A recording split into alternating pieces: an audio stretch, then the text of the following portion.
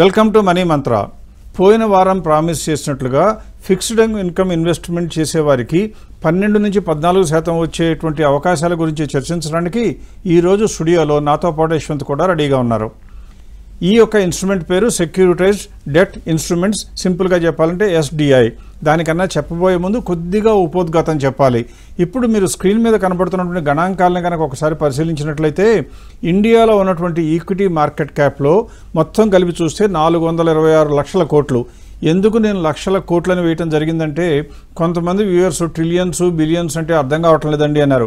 ఒకవేళ మీకు అర్థమవుతుందేమో చూడటానికి ఈసారి లక్షల కోట్లని చెప్పడం జరిగింది. కన్ఫ్యూజన్ ఉందనుకుంటే నెక్స్ట్ వీక్ నుంచి మనం ట్రిలియన్స్లోకి వెళ్ళిపోదాం. ఇదే సమయంలో అమెరికాలో కనుక చూసినట్లయితే మనకి దాదాపుగా 10 రెట్లుగా 4100 లక్షల కోట్లు. అదే debt market size, equity market size చూసాం. ఇప్పుడు డెట్ మార్కెట్ ఎంత అని చూస్తే 205 లక్షల కోట్లు ఇండియాలో ఉంటే అమెరికాలో 20 రెట్లు ఎక్కువ, 4,135 లక్షల కోట్ల రూపాయల్లో పోలిస్తే అక్కడ డెట్ మార్కెట్ సైజ్. ఇండియాలో ఉన్న ఇన్వెస్టర్లు, డిపాజిటర్లు, కంపెనీలు అన్నీ కలిపి బ్యాంకుల్లో వేసిన డిపాజిట్లు, స్మాల్ స్కేల్ సేవింగ్స్ అన్నీ కలిపి చూస్తే ఇండియాలో 235 లక్షల కోట్లు అయితే అమెరికాలో దానికి దాదాపుగా 10 రెట్లు 2,228 లక్షల కోట్లు. అలాగే ఇండియాలో ఉన్న అందరం వ్యక్తులు మనం అందరం కలిపి ఎంత అప్పులు తీసుకున్నామా అని చూస్తే మనం అందరం కలిపి తీసుకుంది 98 లక్షల కోట్లు అయితే అమెరికాలో 15 రెట్లు ఎక్కువ, 1451 లక్షల కోట్లు. ఇదంతా ఎందుకు చెప్పానంటే హౌస్ హోల్డ్ డెట్, మన యొక్క డెట్ జీడిపిలో దాదాపుగా 40% ఇండియాలో ఉంటేనే గగ్గోలు పెడుతున్నారు, బాగా అప్పులు తీసుకుంటున్నారు ప్రజలని. ఇదే సమయంలో ఇండియాలో కాకుండా అమెరికాలో చూస్తే 75%. మనం ఎప్పుడూ కూడా డెవలప్డ్ ఎకానమీగా చెప్పుకునే అమెరికాలో 75% ఉంటే మనం 40% ఉంటే కంగారు పడాలా అంటే నా ఉద్దేశం ప్రకారం అక్కర్లేదు. ఎందువల్లంటే ఎకానమీ పై చూపు చూస్తున్నప్పుడు బాగా ఉంటుందని నమ్మకం ఉన్నప్పుడు అప్పు తీసుకోవటం మంచిది. తీసుకోవటం మూలంగా మన వృద్ధి కూడా ఖచ్చితంగా బాగుంటుంది. పైగా మనకు ఆపర్చునిటీస్ వస్తాయి ఫిక్స్డ్ ఇన్కమ్ ఇన్వెస్ట్మెంట్ కోసం సేవ్ చేసేవారికి. ఎలా అని చూస్తే ఇలా అప్పు తీసుకున్న వాళ్ళలో ఎంతమంది ఎగ్గొట్టడానికి ప్రయత్నిస్తున్నారా అని చూస్తుంటే ఇండియాలో అయితే కేవలం 0.6%. అంటే ఇండియాలో బారో చేసే వాళ్ళలో కార్పొరేట్ బారోవర్స్ ఎగ్గొట్టారేమో. పెద్ద పెద్ద లోన్లు, చిన్న లోన్లు మాత్రం ఎవరు ఎగ్గొట్టరు, ఎందుకంటే ఎగ్గొడితే బ్యాడ్ నేమ్ వస్తుందని భయంతో. అదే అమెరికాలో అయితే 5.1%. ఇప్పుడు మీరు గమనించాల్సింది ఏంటంటే ఇదంతా ఎందుకు చెప్పానంటే ఇది ఎలా సాధ్యం. ఇండియాలో డెట్లు 40% ఉన్నా డిఫాల్ట్ రేట్ 0.6% ఉండడానికి కారణం ఏంటంటే బోలెడంత రెగ్యులేటర్స్ మంచి మెజర్స్ తీసుకోవటం మూలంగా. అలాగే ఒకవేళ కనుక మనం డబ్బులు ఏదైనా బ్యాంకులకు కానీ NBFCలు కానీ లోన్ ఎగ్గొట్టినట్లయితే మన యొక్క బ్రాండ్ నేమ్ డిఫాల్టర్గా పడిపోతే ఫ్యూచర్లో ఎవరూ లోన్ ఇవ్వరు. అందువల్ల ఆటోమేటిక్గా మనం అందరం బిహేవ్ చేస్తున్నాం.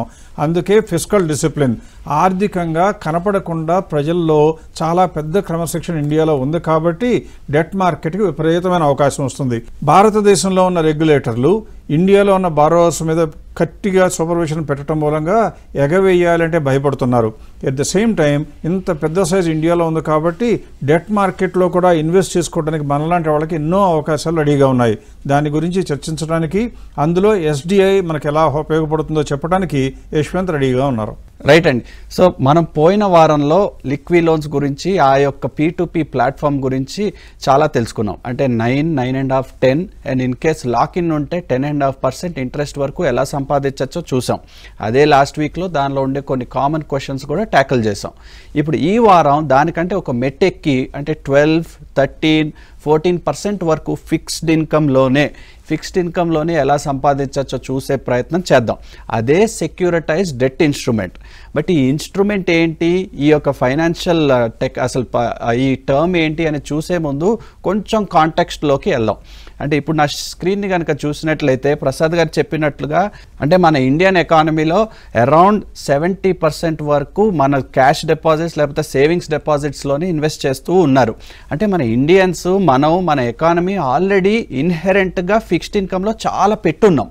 ఇప్పుడు ఆ ఫిక్స్డ్ ఇన్కమ్లో ఏది బెస్ట్ ఆపర్చునిటీయో తెలుసుకోవాలి, చాలా ఇంపార్టెంట్ ఆ విషయం కూడా. ఎందుకంటే మనం లిక్విడ్ లోన్స్ గురించి కవర్ చేసేటప్పుడు అంటే 1 year bank fixed deposit versus inflation చూస్తే చాలాసార్లు ఇన్ఫ్లేషనే ఎక్కువ ఉన్నట్టుగా చూస్తున్నాం. అంటే బ్యాంక్ ఫిక్స్డ్ డిపాజిట్లో పెట్టుకోవడం వల్ల మనం ఇన్ఫ్యాక్ట్ లూజ్ అవుతున్నామే కానీ ఎక్కువ ఇంట్రెస్ట్ సంపాదించి మనకు ఎక్కువ లాభాలు ఏమి సంపాదించినట్టుగా లేదు. సో అందుకనే నాలెడ్జ్ ఉండాలి, ఏమేమి అవెన్యూస్ ఉన్నాయి, P2P గురించి తెలుసుకున్నాం. అదే ఒక మెట్టెక్కి ఇంకేం సొల్యూషన్స్ ఉన్నాయో కూడా చూద్దాం. సో ఫస్ట్ అండ్ ఫార్మోస్ట్ ఒక fixed income kind of instrument కోసం చూస్తే మనం ఎటువైపు చూస్తామంటే మనకి ఫస్ట్ సేఫ్టీ కావాలి. మనం ఎప్పుడైనా సరే మనం పెట్టే ప్రిన్సిపల్కి ఎప్పుడు సేఫ్టీ ఉండాలి, ఎక్కడ కాంప్రమైజ్ రిస్క్ ఉండకూడదు ఐడియల్ సిచ్యువేషన్లో. అదే కాకుండా నెక్స్ట్ వెరీ హై లిక్విడిటీ, అంటే మనకు కనుక డబ్బులు అవసరం ఉంది అంటే అది 2 రోజుల్లో లేకపోతే 5 రోజుల్లో కనుక మన దగ్గరికి చేరుకున్నట్లయితే మనకు కూడా కంఫర్ట్ ఉంటుంది, మనకు కూడా కాన్ఫిడెన్స్ ఉంటుంది. ఆ యొక్క ఇన్స్ట్రుమెంట్ లిక్విడ్గానే ఉంది, ఎప్పుడైనా సరే చాలామంది వెళ్ళి కైండ్ ఆఫ్ డిమాండ్ చేసినా కూడా ఇచ్చే కెపాసిటీ ఉంటుంది అని అనుకుంటారు. అదే కాకుండా మోస్ట్ ఇంపార్టెంట్గా రిటర్న్ అనేది సాక్రిఫైస్ ఎప్పుడూ చేయకూడదు. ఐడియల్ సిచ్యువేషన్లో సేఫ్టీ ఉండాలి, లిక్విడిటీ ఉండాలి, అన్నిటికంటే ఎక్కువ రిటర్న్ ఇచ్చేటట్టు ఇన్స్ట్రుమెంట్ ఉంటే మనందరికీ ఎంతో సుఖం అని అనుకుంటూ ఉంటాం. దీనికంటే 1-2 స్టెప్స్ ఏంటి అంటే ట్రాన్సాక్షన్, ఈ కైండ్ ఆఫ్ సిచ్యువేషన్ చేసేటప్పుడు ఆ ట్రాన్సాక్షన్ కాస్ట్లు కూడా లేకపోతే ఇంకా బెటరు. అండ్ మోర్ ఇంపార్టెంట్లీ మనకు ఆ కాన్సెప్ట్ ఇంకా బాగా అర్థమైంది అనుకోండి, మనకి ఇంకా బాగా కాన్ఫిడెన్స్ ఉంచి will be able to trust this process. So first ఇప్పుడు ఈ సిచ్యువేషన్ నిజమైనా సరే ఎప్పుడైనా ఫిక్స్డ్ ఇన్కమ్ వచ్చేసరికి ఏదో ఒక పరంగా మనం కాంప్రమైజ్ అయితే కానీ వేరే దాంట్లో మనం లాభం సంపాదించలేం. అంటే సేఫ్టీ కొంచెం కాంప్రమైజ్ అయ్యి కొంచెం లిక్విడిటీ కాంప్రమైజ్ అయితేనేమో హై రిటర్న్ వస్తుంది. లేదు నేను కొంచెం ఏజ్డ్ పర్సన్ అనుకోండి, నేను రిటర్న్ కనుక కాంప్రమైజ్ అవుతా కానీ సేఫ్టీ అండ్ లిక్విడిటీ కాదు కాంప్రమైజ్ అవ్వకూడదు. సో ఒక్కొక్క సిచ్యువేషన్ బట్టి మనం ఏ ఇన్స్ట్రుమెంట్ సెలెక్ట్ చేయాలో అది డిక్టేట్ చేయాలి. So first knowledge about the instruments, ఆ తర్వాత సూటబిలిటీ. ఇవన్నీ ఎందుకు చెప్తున్నానంటే నెక్స్ట్ మనం చెప్పబోయే ఈ ఎస్డిఐ గురించి అసలు కొంచెం ప్యారలల్ యూనివర్స్లో ఇప్పుడు మనందరం యాజ్ బారోవర్గా చూసినట్లయితే మనం హోమ్ లోన్ తీసుకున్నాము, ఆటో లోన్స్ కూడా తీసుకుంటూ ఉంటాం. అవి తీసుకున్నప్పుడు బ్యాంకు ఎన్బిఎఫ్సి దగ్గరికి వెళ్ళిపోయి ఓ పలానా అమౌంట్ ఇవ్వండి, నాకు ఇంత పర్సంటేజ్ రేట్ ఆఫ్ రిటర్న్, అదే సమయం నాకు టెన్యూర్ కూడా ఫిక్స్ చేయండి, దాన్ని బట్టి నేను మీకు పేమెంట్స్ ఇస్తూ ఉంటాం. That is nothing but EMI, అంటే equated monthly instalment, in which కొంచెం పోర్షన్ ఏమో ప్రిన్సిపల్ దగ్గరికి వెళ్తూ ఉంటుంది, ఒక పోర్షన్ ఏమో ఇంట్రెస్ట్ వైపు వెళ్తూ ఉంటుంది. ఇది అసలు ఈఎంఐ మీ అంతటా మీరు ఎలా లెక్కేసుకోవాలని చూపేందుకు ఒక ప్రయత్నం చేస్తారు. సో సింపుల్గా I will show my Excel sheet right now. ఇప్పుడు కనుక నా స్క్రీన్ని చూస్తే ఒక సింపుల్ హోమ్ లోన్ కనుక తీసుకున్నట్లయితే అసలు మన పేమెంట్స్ ఎలా ఉంటాయి, ఆ స్కెడ్యూల్ ఎలా ఉంటుంది, అది ప్రిన్సిపల్ వైపు ఎంత, ఇంట్రెస్ట్ వైపు ఎంత కేటాయిస్తాం అనేది చూపేందుకు ప్రయత్నిస్తాం. సో సింపుల్గా ఇక్కడ చూస్తే home loan around 50 lakhs, loan interest rate 8%. అలాగే లోన్ 10 year కనుక 10 years కనుక సెలెక్ట్ చేసుకున్నట్లయితే నా ఈఎంఐ ఎంత అంటే 60,664 పర్ మంత్.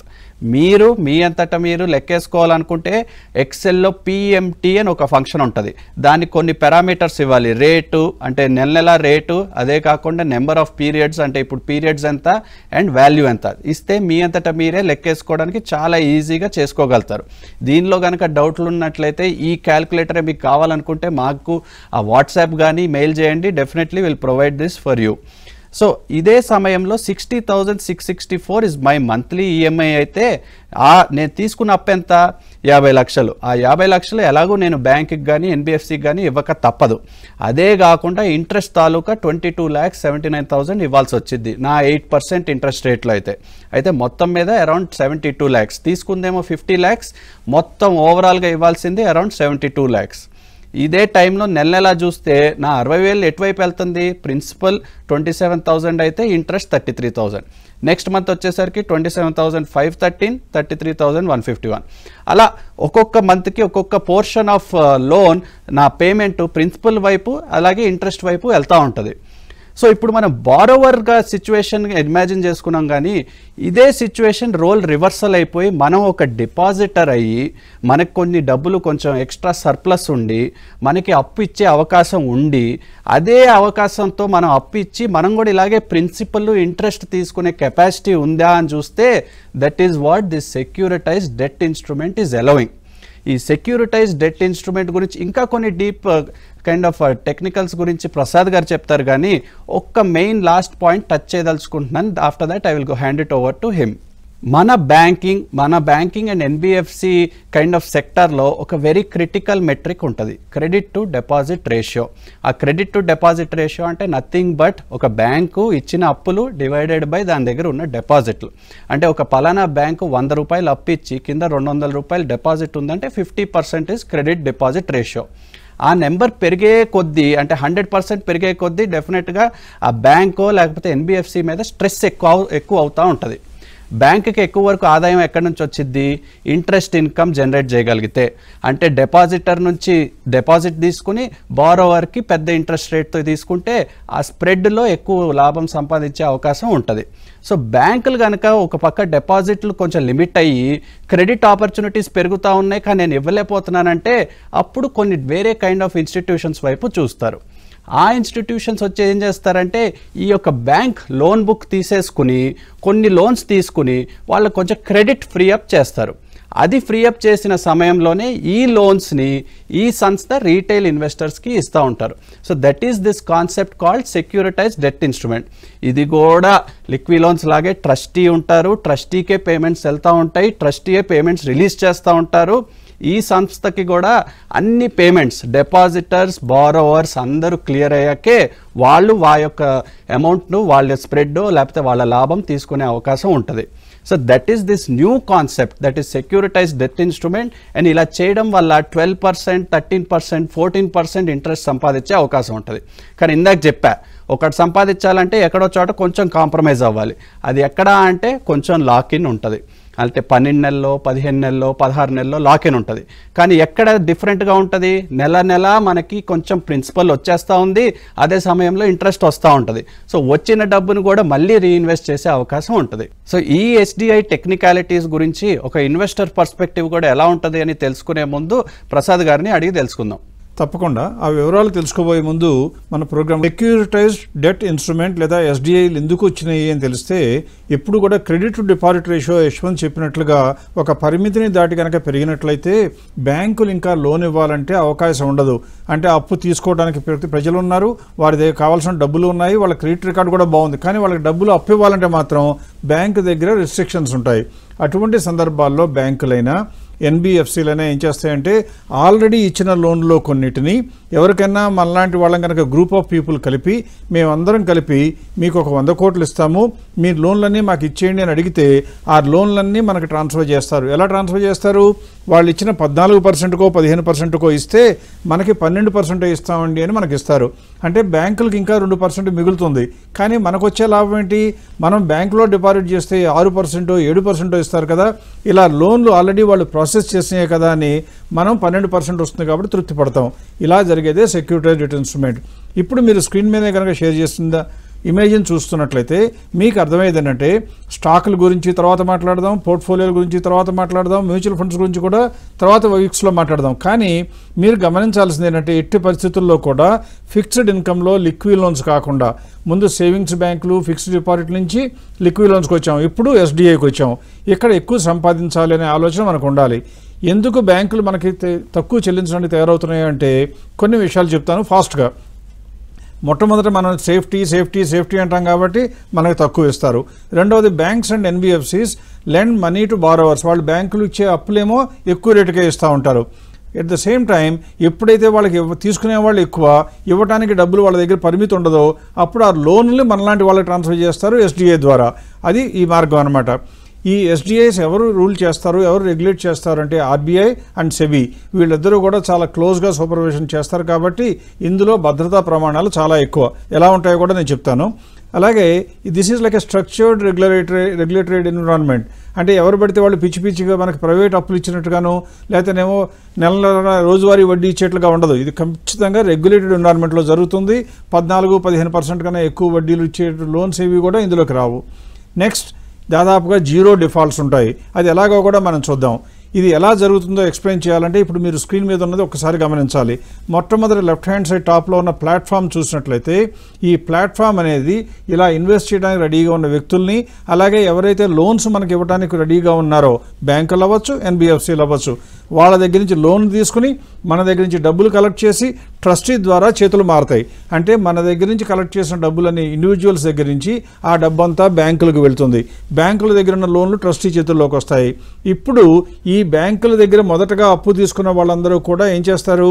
ఆటోమేటిక్గా ఎన్బిఎఫ్సికి డబ్బులు కట్టాలి. కానీ ఆ ట్రస్టీకి ట్రాన్స్ఫర్ అయినాయి కాబట్టి ఆ డబ్బులన్నీ కూడా ట్రస్టీకి వస్తుంటాయి. అదే ఆఖరిలో చెప్పిన ట్రస్టీ. ఇప్పుడు వీళ్ళకి ఎదురుగా మనం ఏం చేసాం? డబ్బంతా పూల్ చేసాం కాబట్టి సేవర్స్ అందరూ డబ్బు పూల్ చేసి ట్రస్టీకి ఇచ్చారు. సో మన దగ్గర నుంచి డబ్బులు ట్రస్టీ ద్వారా బ్యాంకులకు వెళ్ళినాయి, బ్యాంకుల దగ్గర నుంచి లోన్లు మన కంట్రోల్లోకి వచ్చినాయి, వాళ్ళ దగ్గర నుంచి లోన్లన్నీ కూడా మనకు వచ్చిన రికవరీస్ వస్తున్నాయి. ఇప్పుడు ఈ వచ్చిన లోన్లు మంచివో కాదో అని మనకు అనుమానం వస్తుంది, ఇప్పుడు కూడా భయపడుతూ ఉంటాం. దానికోసమే రేటింగ్ ఏజెన్సీస్ ఏం చేస్తారంటే ఏ లోన్స్ అయితే మనకి హ్యాండ్ ఓవర్ చేశారో వాటిని రేటింగ్ చేయమంటారు. క్రిసిల్ అని, ఇక్రా అని రకరకాల రేటింగ్ ఏజెన్సీలు. ఆ తరువాత ఇన్ని రకాల జాగ్రత్తలు తీసుకున్నా కూడా స్టాక్ ఎక్స్చేంజ్లో లిస్టింగ్ చేస్తారు, ఎప్పుడు కావాలంటే అమ్ముకోవటానికి వీలుగా. ఇప్పుడు ఒక ప్రాక్టికల్ ఎగ్జాంపుల్ తీసుకుందాం. ఇందులో చాలామంది ఇన్వెస్ట్ చేశారు, దాంట్లో నేను ఒకడిని ఇన్వెస్ట్ చేశాను. ఎందుకు చెప్తున్నానంటే సిస్టమ్ మీకు అర్థం కావటం వీలుగా. ఇక్కడ మీరు చూసినట్లయితే ప్రొవిజనల్గా ఇచ్చిన క్రెడిట్ రేటింగ్ ఎంత?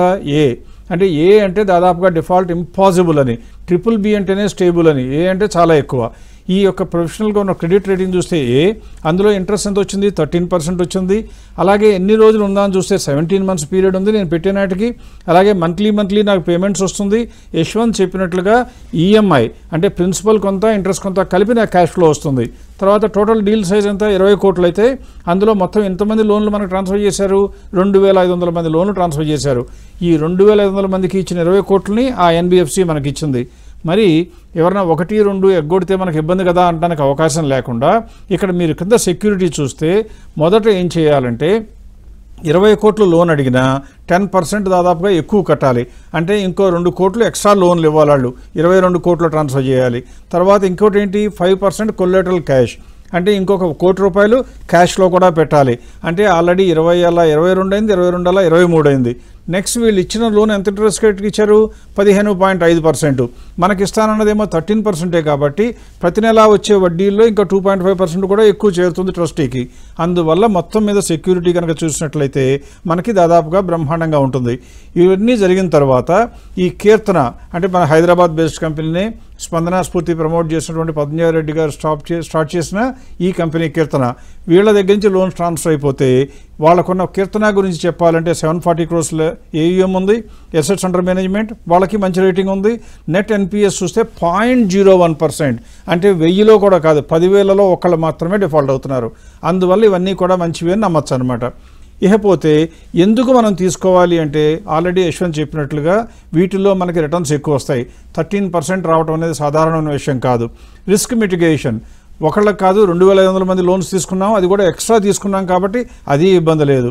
డైవర్సిఫికేషన్, ఇలా రకరకాల వాళ్ళకి లెండ్ చేస్తుంది కాబట్టి ఓవర్ సెక్యూరిటైజేషన్ ఉంది కాబట్టి మనకు ప్రాబ్లం లేదు. లిక్విడిటీ, ఆల్రెడీ ఈ యొక్క ఇన్స్ట్రుమెంట్ని స్టాక్ ఎక్స్చేంజ్లో లిస్ట్ చేస్తారు కాబట్టి మనం కావాల్సినప్పుడు అమ్ముకోవచ్చు. ఇంకోటి కూడా చెప్పాడు యశ్వంత్, ఈజీగా ఉండాలి అన్నాడు. ఇప్పుడు ఇందులో మనం ఇన్వెస్ట్ చేయాలంటే ఏం చేయాలి? Simple process, on boarding. అంటే మీరు మాలాంటి వాళ్ళనో లేదా వాళ్ళనైనా సరే డైరెక్ట్గా కనుక సంప్రదించినట్లయితే ఆన్ బోర్డింగ్ చేస్తారు. ఆ చేసిన తర్వాత మీరు డబ్బును కనుక ట్రస్టీకి ట్రాన్స్ఫర్ చేయగానే 24 hours, ఇప్పుడు సెబీ ఓవర్వ్యూ చేసేటువంటి ఇన్స్ట్రుమెంట్ అయితే 24 hours, ఆర్బీఐ చూసేటువంటి అయితేనేమో 5 రోజుల్లో ఆ డీమ్యాట్ యూనిట్లు, ఈక్విటీ షేర్లు ఎలా వస్తాయో దీనికి కూడా డీమ్యాట్ యూనిట్లు మన అకౌంట్లోకి వచ్చి పడిపోతాయి. తర్వాత ఈజీ ఎగ్జిట్ ఎందుకని? స్టాక్ ఎక్స్చేంజ్లో లిస్టింగ్ ఉంటుంది కాబట్టి అమ్మేసుకోవచ్చు. నెక్స్ట్ ట్రాన్స్ఫర్ ఆఫ్ ఫండ్స్ ఎలా ఉంటుంది అంటే ఎప్పుడు కూడా మీ దగ్గర నుంచి డబ్బులు వీళ్ళకి వెళ్ళవు కాబట్టి సంస్థకేం వెళ్ళవు, ప్లాట్ఫామ్కి లిక్విడ్ లోన్స్ లాగానే ట్రస్టీకి వెళ్తుంది. తర్వాత అన్నింటికన్నా ముందు ఈఎంఐ ఇప్పటి వరకు కడుతూ వస్తున్నాం మనం. ఇప్పటి నుంచి ఏం చేయాలి? ఈఎంఐని రా అని పిలవాలి. అయితే మన ప్రిన్సిపల్ అమౌంట్ కొంత ఇంట్రెస్ట్ కలిపి వస్తుంది. దానితో రిటైర్డ్ పీపుల్ కానీ సీనియర్ సిటిజన్స్ కానీ ఎవరైనా ఉన్నట్లయితే వాళ్ళకి వాళ్ళ యొక్క క్యాష్ ఫ్లో ప్లాన్ చేసుకోవడం చాలా తేలిగ్గా అవుతుంది. దీని పెర్ఫార్మెన్స్ ఎలా ఉందని చూస్తే 22లో బ్యాంక్ రేట్లు దాదాపుగా 6% ఉంటే ఇది ఎంతవరకు వచ్చింది? 13% వరకు వచ్చింది. అలాగే 2023లో కనుక మనం చూసినట్లయితే అక్కడ కూడా మనకు వచ్చిన రేటు చూస్తే 5.56% ఉంటే ఇది అంతకన్నా ఎక్కువ బ్రహ్మాండంగా 13% దాకా వచ్చింది. ఇప్పుడు ఆఖరిగా ఎందుకు కంపారిజన్ చేయాలో చెప్తున్నాను మీకు, లిక్విడిటీ గురించి రిటర్న్స్ గురించి. ఎస్డిఐలో కనుక చూస్తే 10 to 12% అని చెప్పినా 13% వరకు వస్తుంది. అలాగే లిక్విడిటీ ఎక్కువ ఉంటుంది. బ్యాంకుల్లో 5 to 6 or 7% వరకు వస్తుంది, కానీ లిక్విడిటీ ఉండదు. మనం క్యాష్ చేసుకుందామంటే పెనాల్టీ విధిస్తారు. గవర్నమెంట్ బాండ్స్లో చూస్తే 7%, 8% వరకు వస్తుంది, కానీ లిక్విడిటీ మీడియంగా ఉంటుంది. కార్పొరేట్ బాండ్స్ అయితే ఒక కంపెనీ దివాళా తీస్తే అందులో పెట్టిన డిపాజిటర్స్ అందరూ నష్టపోతారు. అందువల్ల రిస్క్ ఎక్కువ, పైగా లిక్విడిటీ కూడా మీడియంగా ఉంటుంది. ఇన్ని రకాలు ఉన్నాయి కాబట్టి మ్యూచువల్ ఫండ్స్లో ఉన్న డెట్ మార్కెట్ కన్నా కూడా ఎస్డిఐలో పెట్టుబడి పెట్టడం క్షేమకరం. స్టేబుల్ రిటర్న్స్ ఉంటాయి, డైవర్సిఫికేషన్ ఉంటుంది, సెక్యూరిటీ ఉంటుంది కాబట్టి డెఫినెట్గా ఇది బెటరు. ఇన్వెస్ట్ చేసిన వాళ్ళకి చాలాసార్లు సందేహాలు వస్తాయి, నాకేం కనపడుతుందండి అంటారు. ఇది నా యొక్క పోర్ట్ఫోలియో కావాలని మీకు చూపిస్తున్నాను. అంటే ఎవరైనా ఇన్వెస్ట్ చేసినట్లయితే వాళ్ళు లాగిన్ అవ్వగానే కనపడేది ఏంటంటే మీకు స్క్రీన్ మీద కనపడుతున్నట్లుగా బాండ్స్ అండ్ ఎస్డిఏలో ఓవర్వ్యూలో చూస్తే టోటల్ ఇన్వెస్ట్ చేసింది 14 లక్షలు అయితే నాకు రావాల్సిన అమౌంట్ 15,28,000. అంటే రిటర్న్స్ ఎంత రావాలి? ఇప్పటి వరకు ఎంత వచ్చేసాయి? నేను పెట్టిన దానిలో కొంత 2,77,000 వచ్చాయి. నా యొక్క రిటర్న్ ఎంత? Before tax 13%. అలాగే మీరు చూడవలసింది ఏంటంటే 13% నాకు రావటం ఎలా వస్తుంది అని అడిగితే ఇక్కడ మీకు ఒక ఐటమ్ని క్లిక్ చేశారనుకోండి, అప్కమింగ్ ఇన్ఫ్లోస్ అని, వెంటనే మీకు ఏ రోజు ఎంతెంత అమౌంట్ మీ బ్యాంక్ అకౌంట్లో మీరు అడగకుండా డైరెక్ట్గా క్రెడిట్ కాబడుతుందో కూడా చెప్పబడుతుంది. ఇక్కడ చూస్తే జూలై అయిపోవచ్చింది కాబట్టి ఆగస్ట్ 17th 21,000, ఆగస్ట్ 17th మళ్ళీ ఒక 19,000, ఇంకో ఆగస్ట్ 17th ఇంకొక ఇన్స్ట్రుమెంట్ నుంచి 53,000, 24వ తారీఖున 8,000, ఇలా రకరకాలుగా నాకు ఏ రకంగా క్యాష్ ఫ్లోస్ వస్తున్నాయో కూడా తెలుస్తుంది. అంటే ఇక్కడ ఎక్కువ మంది గమనించాల్సింది వచ్చే అమౌంట్లో కొంత అసలు కొంత వడ్డీ. ఆ వడ్డీని లెక్కేస్తే 13% గిడుతుంది, కానీ ఈ మొత్తం కూడా మన వడ్డీలాగా లెక్క వేయకూడదు. అదొక్కటే మీరు తెలుసుకోవాల్సిన విషయం. తర్వాత మీరు అందరికీ అనుమానం వస్తుంది, ఇన్కమ్ ట్యాక్స్ ఎలా పడుతుందండి అంటారు. సాధారణంగా వచ్చే కంప్లీట్గా ట్యాక్స్ పడుతుంది. అంటే 30% బ్రాకెట్లో ఉంటే 30%, 20%లో ఉంటే 20% పడుతుంది. కానీ ఇక్కడ మీరు గమనించాల్సింది ఏంటంటే ఎప్పుడైనా సరే ఒకవేళ మీరు కనుక అసలు ట్యాక్సే లేదనుకోండి ఇప్పటి వరకు, అప్పుడు మీకు వచ్చే 13% ట్యాక్స్ ఫ్రీ. అంటే కంప్లీట్గా ₹1 కూడా ట్యాక్స్ కట్టక్కర్లా. ఒకవేళ మీకు ఆల్రెడీ ట్యాక్స్లో ఉన్నారు, మీరు వర్కింగ్ బిజినెస్ మెన్ అనుకోండి, మీ ఇంట్లో మీ వైఫ్ కానీ హస్బెండ్ కానీ father in law father mother లేదా మేజర్ చిల్డ్రన్ కనుక ఉంటే వాళ్ళ పేరు మీద ఇన్వెస్ట్ చేసుకుంటే ఏమొస్తుంది? అది కూడా మనకి ట్యాక్స్ ఫ్రీ అవుతుంది.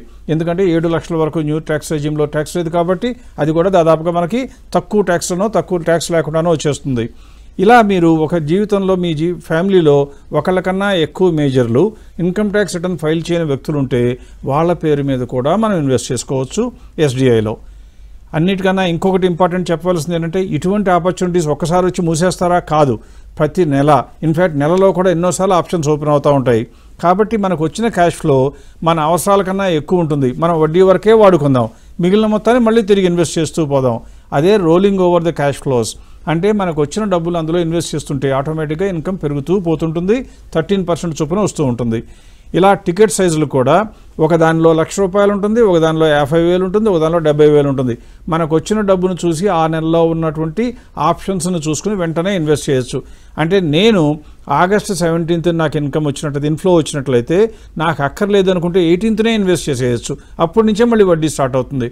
అందువల్ల సెక్యూరిటైజ్ డెట్ ఇన్స్ట్రుమెంట్స్ అనేది ఫిక్స్డ్ డిపాజిట్ల కన్నా లిక్విడ్ లోన్స్ కన్నా కూడా మంచిది. పైగా అన్నిటికన్నా గమనించాల్సింది లిక్విడ్ లోన్స్లో 50 లక్షల లిమిట్ ఉంది, ఇక్కడ ఏమీ లిమిట్ ఉండదు. ఎంతవరకు కావాలంటే మీరు అంతవరకు పెట్టుకోవచ్చు. రకరకాల ఇన్స్ట్రుమెంట్స్ ఓపెన్ అవుతూ ఉంటాయి, పరిశీలించవచ్చు. ఇది ఎవరైనా సరే ఆసక్తి కలిగినట్లయితే మేము ఎప్పుడూ చెప్తున్నట్లుగానే మీరు వెంటనే వీలైనంత త్వరగా మేము చెప్తున్న వాట్సాప్ నెంబర్కి కానీ ఈమెయిల్కి కానీ కనుక కొద్దిగా గొప్ప ఇంట్రెస్ట్ తీసుకుని రాసినట్లయితే మీకు సమాచారం ఇవ్వడానికి వీలవుతుంది. అలా తీసుకున్న సమాచారాన్ని మీరు వాడుకుంటే రాబోయే రోజుల్లో పొరుగింటి వారికన్నా మీరు డబల్ రిస్క్ పెంచుకోకుండా కూడా సంపాదించుకునే అవకాశం మీ ముందుకి మీ వాకిట్లో వచ్చి వాళ్తుంది అని గమనించాలి. వచ్చే వారం ఈక్విటీ మార్కెట్లో మరికొన్ని మెళకువలు నేర్చుకోవడానికి ప్రయత్నం చేద్దాం. అప్పటి వరకు సెలవు. నమస్తే.